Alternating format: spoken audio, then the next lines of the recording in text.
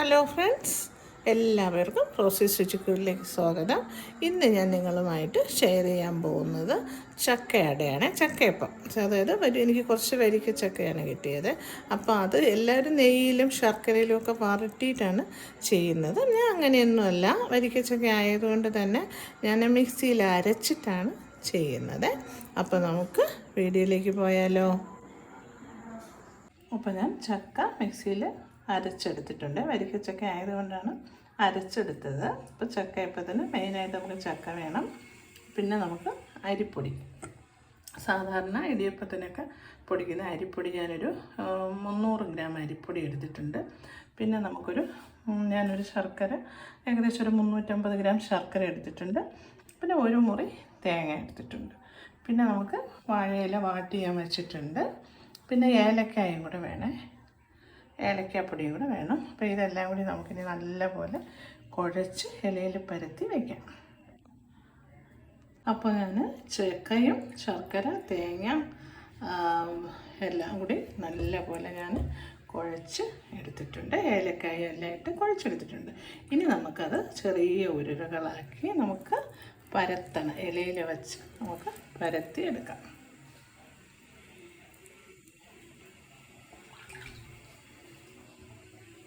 നമുക്ക് പരത്തി മടക്കി വെക്കണം.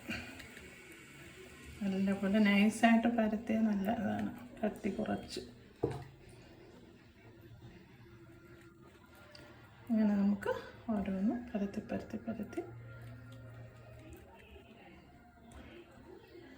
അങ്ങനെ മുഴുവനും നമുക്ക് പരത്തി മടക്കി ഇഡ്ഡലി പാത്രത്തിലോട്ട് വെച്ച് കൊടുക്കാം. ഇഡ്ഡലി പാത്രം അടുപ്പയിൽ വെച്ച് തീ ചെറിയ സിമ്മാക്കി വെച്ചിട്ടുണ്ട്. നമുക്കിതെല്ലാം പരത്തി എടുത്തിട്ട് ഇഡ്ഡലി കുട്ടത്തിൽ വെച്ച് കൊടുക്കാം. അപ്പോൾ ഇതുപോലെ പരത്തി മടക്കി ഓരോന്നായിട്ട് നമുക്ക് വെച്ച് കൊടുക്കാം. ഇതേപോലെ ഓരോന്നും ചെയ്ത് നമുക്ക് മടക്കി ഇഡ്ഡലി കുട്ടത്തിൽ വെച്ച് കൊടുക്കാം. അപ്പോൾ ഞാൻ എല്ലാം വാഴയിലയിൽ പരത്തി മടക്കി ഇഡ്ഡലി കുട്ടത്തിൽ വെച്ച് കൊടുത്തിട്ടുണ്ട്. ഇനി ഇത് നല്ലപോലെ ഒരു അരമണിക്കൂർ ഇരുന്ന് ആവി കയറ്റി നമുക്ക് വേവിച്ച് എടുക്കാം. ചെറുതായിട്ട് ആവി വന്ന് തുടങ്ങിയിട്ടുണ്ട്. നമുക്ക് അടച്ചു വെച്ച് കൊടുക്കാം.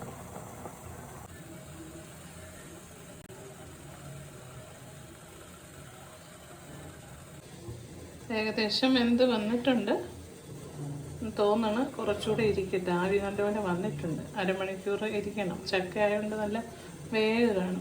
അപ്പോൾ കുറച്ചുകൂടി ഇരുന്നിട്ട് നമുക്ക് മാറ്റാം.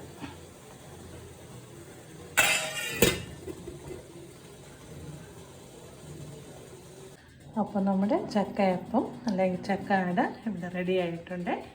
നല്ല മധുരമൊക്കെ ഉണ്ട്, നന്നായിട്ട് വന്നിട്ടുണ്ട്. ചിലർ ചക്ക നമ്മൾ നെയ്യിലൊക്കെ വറുത്തിയെടുത്തും ഉണ്ടാക്കും. ഇപ്പം ഞാൻ അരച്ചിട്ട് തന്നെ അങ്ങനെ തന്നെയാണ് ചെയ്തിരിക്കുന്നത്. എല്ലാം നല്ല ടേസ്റ്റാണ്. അപ്പോൾ അടുത്തൊരു വീഡിയോ കാണുമ്പോഴേക്കും ടാറ്റാ.